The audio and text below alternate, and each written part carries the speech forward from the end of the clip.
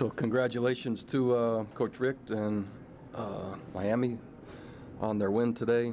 I like the way my team played. I thought they were well prepared. They tried really hard. 3 to 5 plays, mostly there toward the end of the game, we couldn't capitalize or didn't capitalize on, so the finish didn't look as we all would have hoped. But we had plenty of chances, and we were staged to pull a great upset for most of the game, and just couldn't quite finish. So I'll take questions, if there are any. Right, Brad. The decision for the onside kick, you guys are up doing well. Is that a specific look that you were expected to get from them, a call on the field? Yeah, there was a look that we obviously not. We didn't think it was 50-50. We thought and felt certain because of how practice had looked that we could get the ball. And anytime you don't get it, then yeah, it works against you. And we didn't execute it well enough to get it. So in hindsight, it wasn't a risk worth it. Prior to the play, thought it was. Go ahead, Nick. Go ahead, Doug. Bronco, this is, I believe, the 4th time this season the team has returned an interception against you this season. Also 4 last season. What, is there a common thread in there? I don't. And how much does it affect the outcome? Yeah, it affects the outcome just because it's a 7-point swing, so fast. And it's just adversity that you have to overcome. So it's hard to turn it over, but when it goes for points, that's harder. Ultimately, Miami had, I think, 3 short fields today that, through going for it on 4th down or decisions that I'd made or execution-wise that they ended up capitalizing on, and that just kind of determined the final margin. But we came to win, and we're going to play aggressively, and again, we just couldn't quite pull it off. Other than the pick 6, can you talk about Kurt today? He had an incredible pass rating after the first quarter. I thought he played well, and he extended some plays. We had scramble drill going where there was touchdowns happening. We score from quite a long ways out multiple times, and really he played as effective as the protection would allow him to play. And when Miami had success, it was when they could get to us, and when we protected well, then we had a lot of good things happening in the pass game. And yeah.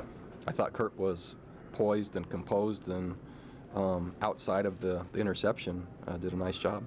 Did you go into the game thinking you had to get Joe Reed more touches? Yeah, Joe's, we think, is, from what you see on kickoff, he's a very good player with the ball in his hands. So we continue to try to find ways to get our best players the ball to help our team.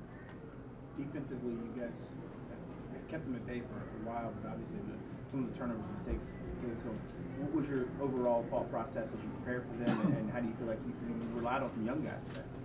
Yeah, I think we played solidly for a long time, but then toward the end, uncharacteristically, as we got more and more aggressive trying to, because of the situations in short fields, we missed tackles, and that led to some points. Look, we got to bring up the turnover chain. It looked like your team deserved it as much as they did for a lot of this game. But you could talk about that overall tenacity and the reason they do cause those turnovers is their quickness, their speed. I think they've recruited well, and so they have very good football players, and they've built enough wins to earn the right to have confidence. So when you have good players that are confident, that builds on itself. So that's my opinion. And do you feel this is a national championship contender that you saw today? Hard to say. Hard to say. Jeff. Kurt got sacked on 4th and 3 when it was still 31-28. What was the play he was looking for that he didn't get the run? I don't know. Not sure. Hoodie. You said earlier in the week that this was the next stage for your team, next step. Even though you lost, what did this tell you about your team today? They're tough. They're resilient. They're competitive, and they really want to win.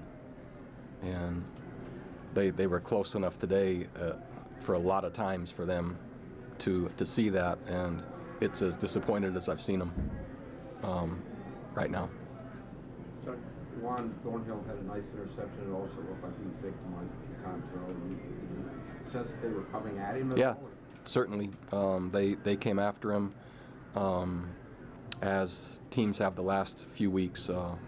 Once he got injured and is coming back from that, they're targeting him intentionally, and glad he responded after he gave up a few plays at the beginning. Jeff? Mandy Alonso is a local kid who played well today. Started. Would you have thought heading into training camp that in week 11 he'd be starting on the line for you? I wouldn't. He played really well. We started him versus Georgia Tech, and he played really well in that game, so he earned the chance to continue to help us down the stretch, and he's doing a really nice job for a first year. Doug, last question. The O-line, you've had some people hurt. Gave up 5 sacks today. You've been giving up a lot of sacks. Where is that unit right now? Still a work in progress and a moving target, and it strains it, especially when we get behind to where the opponent knows it's going to be pass first and not much chance for run. And but prior to that, they did a nice job. As the game was close, that's when the defense has to play run and pass. That's in our wheelhouse. Once it becomes pass only, that's against this caliber of front. It's not in our favor.